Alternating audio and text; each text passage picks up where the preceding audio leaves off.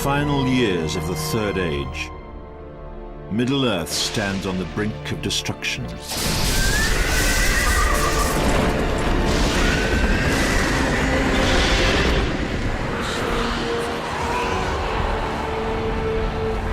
Free Peoples are under threat from Sauron, the Lord of the Rings, who prepares his vast armies for war.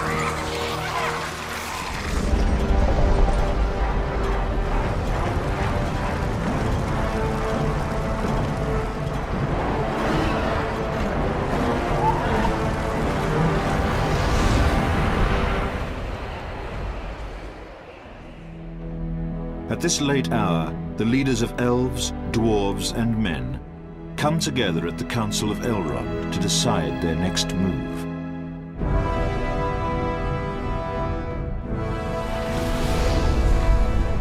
After the Fellowship is assembled and heads south to destroy the source of Sauron's power, the remaining leaders prepare for the Dark Lord's assault upon the northern lands.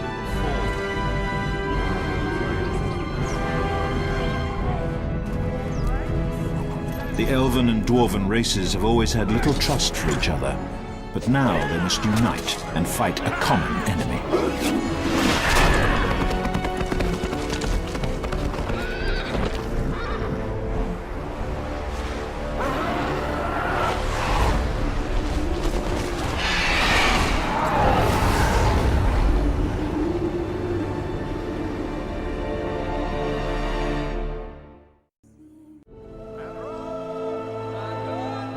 Rivendell is a hidden refuge and stronghold for the elves.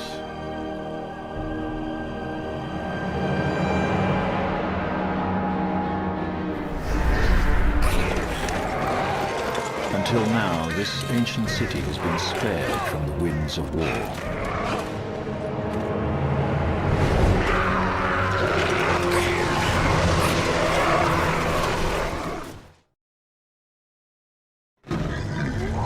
Under siege from the goblins of the Misty Mountains, Rivendell is no longer safe for the elves. As time is now running out, Elrond forms a plan to unite the elves and dwarves of the north against Sauron's advancing armies. His most powerful warrior, Glorfindel, will join forces with the dwarf leader Glóin to make war on the goblins and forge this alliance.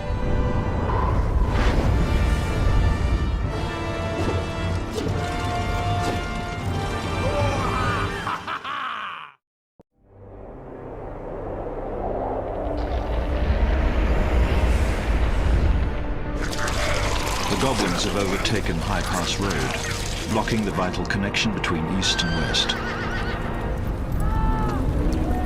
Here, Glorfindel and Glóin now face their first challenge as they battle to retake the pass.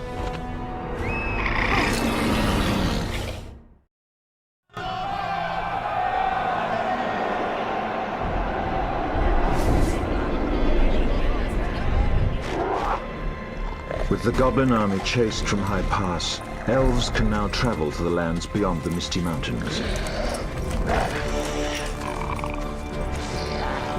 The war against the goblins continues.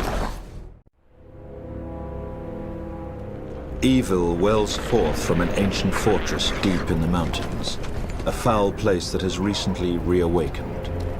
The goblins have a new leader who carries out Sauron's tyrannical will.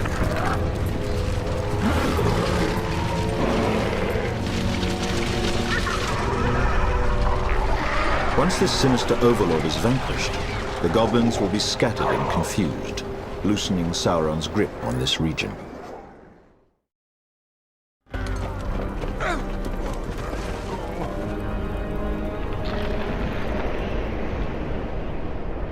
In the battle's aftermath, a lone dwarven prisoner is freed and desperately begs for Glorfindel and Glóin's help. His dwarven clan in the Blue Mountains is under attack from a terrible dragon. It is rumored that the dragon served Sauron in exchange for one of the dwarven rings of power, stolen from the dwarves long ago.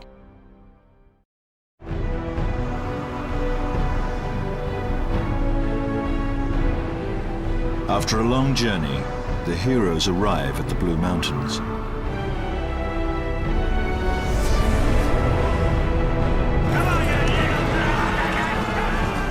find an army of dwarves preparing for battle outside the entrance of a cave. The evil dragon has forced them from their home beneath the mountains, claiming their underground domain as his new lair.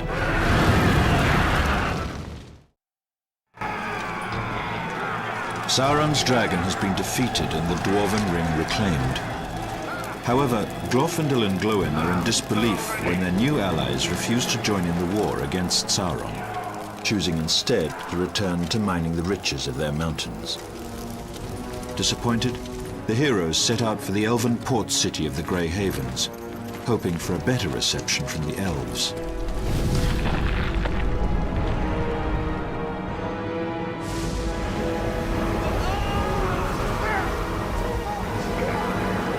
But as they draw near the city, it is clear that all is not well there.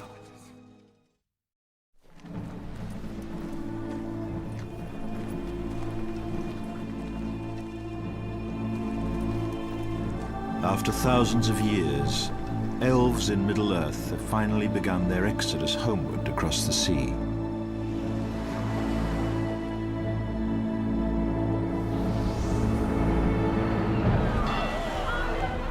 The port city of Mithlond, known as the Grey Havens, is where they converge to set forth westward. But now even this remote city is not safe from Sauron. The corsairs of Umbar from the south have choked off their naval passage westward and threatened to overrun the ancient port.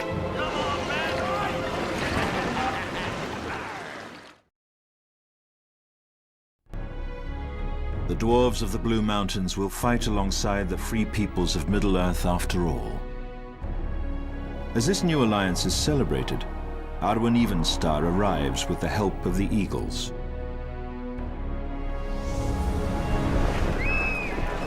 She brings the heroes troubled tidings from distant lands.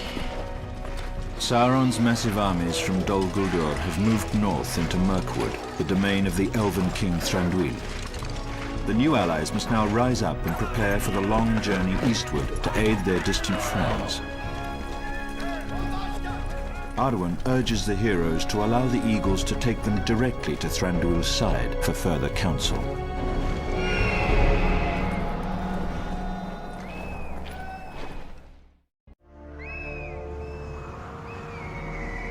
While the heroes wing their way east, Sauron's armies march north from Dol Guldur and arrive at a human settlement on the river Celduin.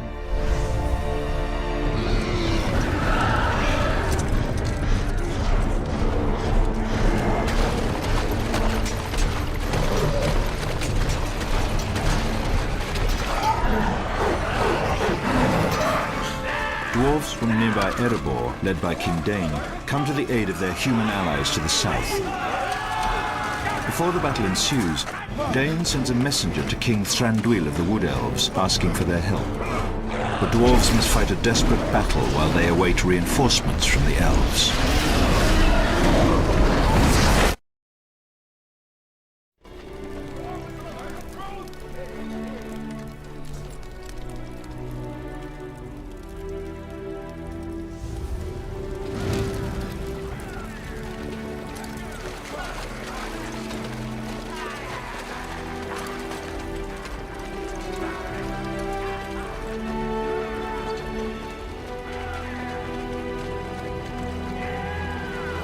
The first wave of attackers is repelled, but thousands more are approaching. The dwarven messenger returns from Mirkwood with bleak news.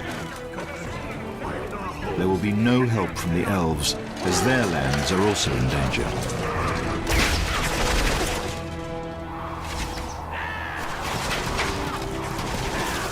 King Dain must fall back to the city of Dale and make his stand there. The fate of Middle-earth hangs by a thread. The host from Dol Guldur marches relentlessly north towards Dale and Erebor.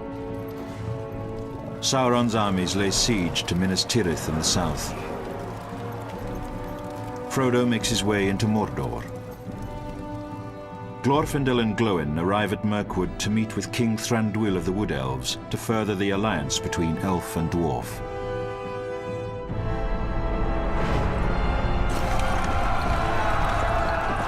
Unaware of the council taking place in Mirkwood, King Dane of the Dwarves grimly prepares for what may well be his final battle. Dwarves, defend Erebor or die!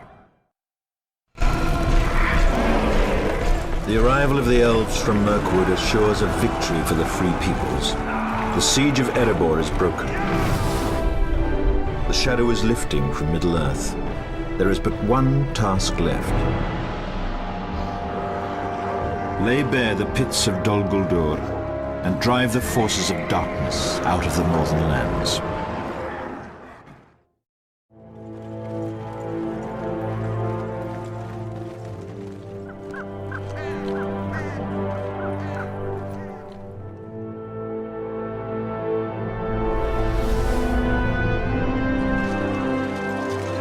Slay the enemy to the last!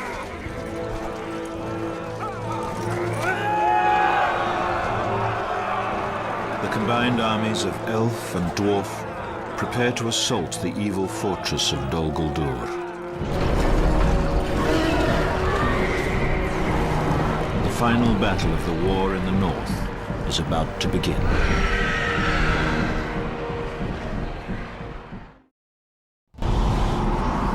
With Sauron's forces defeated, Galadriel at last throws down the walls of Dol Guldur.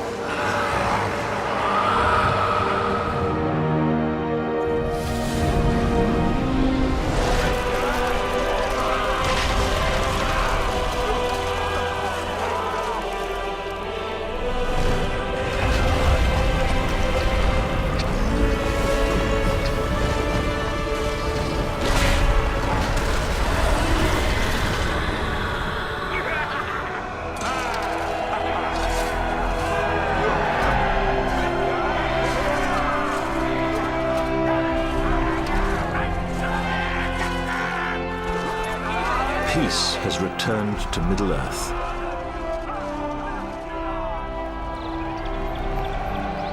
The War of the Ring is over.